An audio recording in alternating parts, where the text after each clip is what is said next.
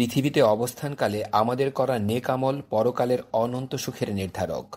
বেঁচে থাকার মৌলিক অনুষঙ্গ পূরণের কর্মকাণ্ডে ব্যয় হওয়া সময়ের বেশি পৃথিবীর জীবন নিয়ে ভাবার অবকাশ মানব সৃষ্টির উদ্দেশ্য নয়। আমাদের কাজ আল্লাহ পাকের সন্তুষ্টির চেষ্টায় সার্বক্ষণিক নিয়োজিত থাকা।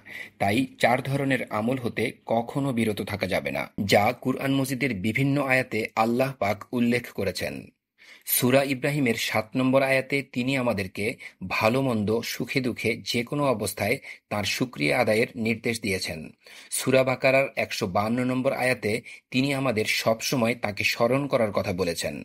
তাঁর কাছে সবসময় ও বেশি বেশি করে চাওয়ার কথা বলেছেন সূরা মুমিনের 60 নম্বর আয়াতে। আর সূরা আনফালের 33 নম্বর আয়াতে তাঁর আযাব থেকে বাঁচতে সবসময় ক্ষমা চাওয়ার কথা বলেছেন।